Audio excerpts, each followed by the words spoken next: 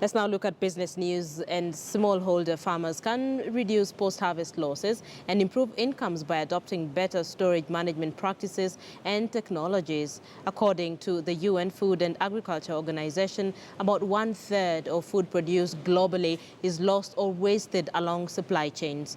The FAO further reports that food waste is worse in developing countries because 40% of food is lost post-harvest. It is for this reason that a conference focused on reducing post-harvest food losses has been held in Nairobi, bringing together over 300 experts from across the region. The conference identified practical solutions to reduce food losses and waste in Africa. The conference is the first of its kind on the continent and provided an excellent platform for all stakeholders in the food supply chain.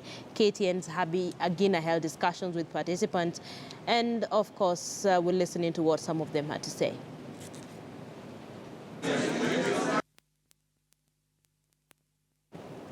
So to get an insight on what Abiagina found out, please watch a recap of what happened in that expo immediately after this bulletin. That's at about 10 p.m.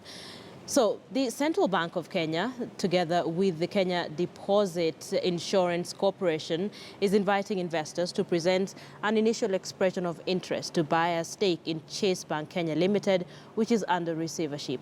In a statement to newsrooms, the CBK and KDIC, the appointed receiver, note that they are executing their mandates in the matter in accordance with the laws. The statement goes on to note that Chase Bank Limited was rapidly developing commercial bank operating through 62 branches before being placed into receivership on April 7, 2016. The bank reopened with reduced activities on April 27, 2016, managed by KCB Bank Kenya Limited. The bank has continued to operate and grow deposits from the date of receivership.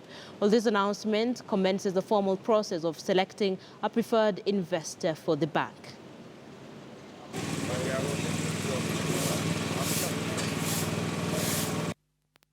So, as Treasury Cabinet Secretary Henry Rotich tabled his last budget under President Uhuru Kenyatta's administration, the budget deficit standing at 900 billion shillings is the puzzle of how will the government meet the 2.62 trillion shilling budget.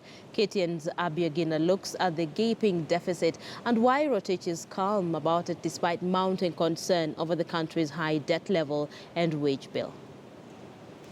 One of the biggest headaches for the Treasury Cabinet Secretary, Henry Rotich, will be on how to raise revenue to meet the 2017-2018 2.6 trillion shilling budget.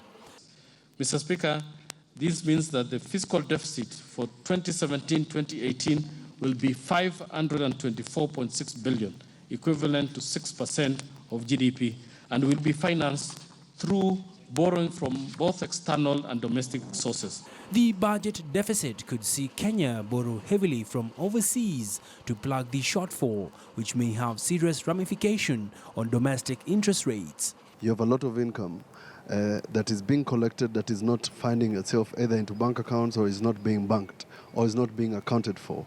The question that KRA must be able to ask is whether they have completely assessed the situation to the extent that they are taxing everybody who needs to be taxed.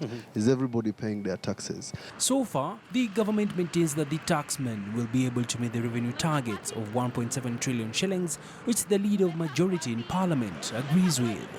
The minister for the first time has overshot his ceiling by only 1 billion. It's a very, very good budget in terms of the estimates.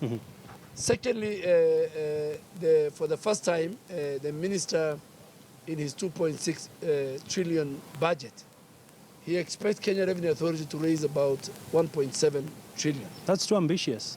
Yes, it's not ambitious. Kenya Revenue Authority, and I want to thank them. If you read the history, when we took over government, KRA was raising 867 billion. In 3 years, they have raised 1.4 trillion. With the budget now out, many will be keen on seeing approaches the Kenya Revenue Authority will take on to boost collection despite tax avoidance being rife. Abiagina, KTN Business. Let's turn that budget and focus on the winners and losers. Gambling and gaming and lotteries have sustained a body blow after Treasury CS Henry Rotich slapped a uniform 50% income tax on winnings from the sector. In a move that is sure to incur the wrath of many betting addicts, Rotich, who termed the move overdue, said that the money raised in this way would be put in a special sports and recreation kitty.